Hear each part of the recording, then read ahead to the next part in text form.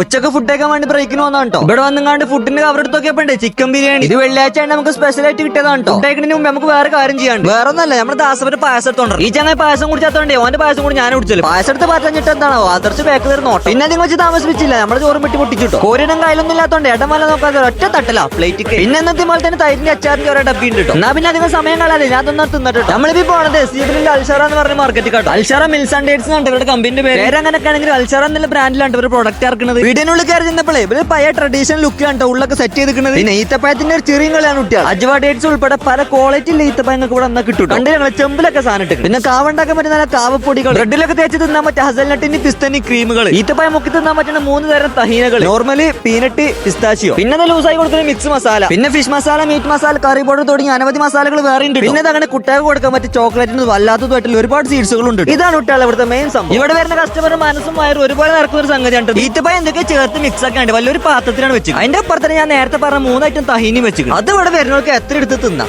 അതിന്റെ കൂടെ കുടിച്ചാൻ വേണ്ടിയാണ്ട് ഇവിടെ ക്ലാസ്സും വെച്ചിട്ടുണ്ട്, വലിയൊരു ഫ്ലാസ്കിൽ കാവ്യം വെച്ചിട്ടുണ്ട്. എടുക്കുക കുടിച്ച് അത്ര. അപ്പൊ ഇവിടെ വരുന്നല്ലേ ഈ ഏരിയ എല്ലാം മറക്കണ്ട കേട്ടോ. നമ്മൾ വന്നത് സാധനം എടുക്കാനല്ലേ, അല്ലാതെ കാവ്യം കുടിച്ചു തീർക്കാനല്ലോ. നമ്മൾ സാധനം എടുക്കാൻ പരിപാടി ഒക്കെ കേട്ടോ. തഹീന ഫ്രഷ് ആയിട്ട് ഉണ്ടാക്കുന്ന കാഴ്ച നിങ്ങൾ കാണുന്നത്. അങ്ങനെ നമ്മളെടുത്ത സാധനം ഓൾമോസ്റ്റ് പാക്ക് ചെയ്ത് കഴിഞ്ഞിട്ടോ. പാക്ക് ചെയ്ത സാധനമൊക്കെ വണ്ടി കയറ്റി സാധനം എടുത്ത് കഴിഞ്ഞ സ്ഥിതിക്ക് നമ്മൾ യാത്ര തിരിക്കാൻ കേട്ടോ. നമ്മളങ്ങനെ തിരിച്ച് ഷോപ്പിലെത്തി. അപ്പൊ ബാക്കി പിന്നെ